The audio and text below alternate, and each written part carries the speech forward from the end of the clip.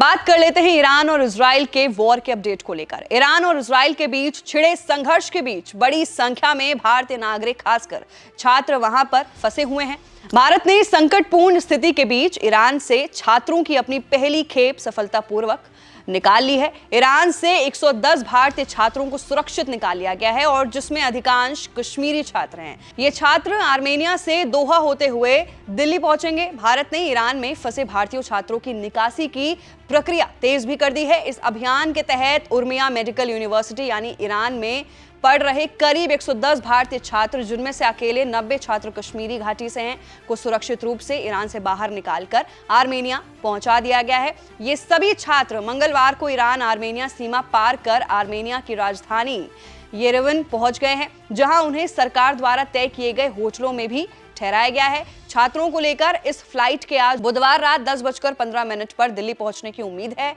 छात्रों से बात करने पर उन्होंने ये भी जानकारी दी है वो पूरी तरह से सुरक्षित हैं और भारत लौटने की प्रक्रिया शुरू हो चुकी है। भारत सरकार छात्रों को सुरक्षित निकालने की अपनी ये मुहिम में पूरी तरह से लगे हुए हैं। इस प्रक्रिया में वो पूरा खर्च भी कर रहे हैं। यहां तक कि इस सफर के दौरान दिल्ली से श्रीनगर तक का टिकट खर्च भी शामिल है। विदेश मंत्रालय और विदेश मंत्री डॉक्टर एस जयशंकर से कार्यालय से मिली जानकारी के अनुसार भारत सरकार की ओर से छात्रों को फ्री में टिकटें उपलब्ध कराई गई हैं। यही नहीं, कश्मीर से संबंधित छात्रों के लिए दिल्ली से श्रीनगर तक की यात्रा के भी टिकट सरकार द्वारा ही सुनिश्चित किए गए हैं ताकि वो अपने घर सुरक्षित पहुंच सकें।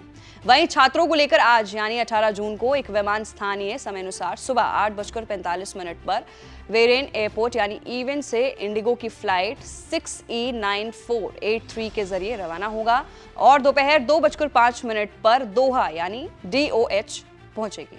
दोहा से ये छात्र इंडिगो की दूसरी फ्लाइट यानी 6E9487 के जरिए दोपहर 3:05 पर दिल्ली एयरपोर्ट यानी IGI एयरपोर्ट टर्मिनल 3 के लिए उड़ान भरेगी। इस फ्लाइट के आज रात 10:15 पर दिल्ली एयरपोर्ट पहुंचने की पूरी संभावना है। जम्मू कश्मीर स्टूडेंट्स एसोसिएशन लगातार इस पूरे रेस्क्यू ऑपरेशन पर नजर बनाए हुए हैं। एसोसिएशन छात्रों और संबंधित अधिकारियों से लगातार संपर्क में है ताकि छात्रों की सुरक्षित और तेज वापसी सुनिश्चित हो सके। वहीं ईरान में फंसे छात्रों और छात्र संघ ने इस रेस्क्यू ऑपरेशन के लिए प्रधानमंत्री नरेंद्र मोदी और विदेश मंत्री डॉक्टर एस जयशंकर का आभार भी जताया है, जिनके समय पर हस्तक्षेप की वजह से वो निकासी संभव हो सकी है। उम्मीद ये भी जताई जा रही है कि शेष छात्रों की भी जल्द ही सुरक्षित निकासी की जाएगी। तो कहीं ना कहीं ये गुड न्यूज है कि ईरान और इजराइल के वॉर के बीच जो हमारे भारतीय छात्र ईरान में फंसे हुए थे उनको सुरक्षित निकाल लिया गया है। क्या राय है आपकी इस रिपोर्ट पर? नीचे दिए गए कमेंट सेक्शन में अपनी राय जरूर रखिए।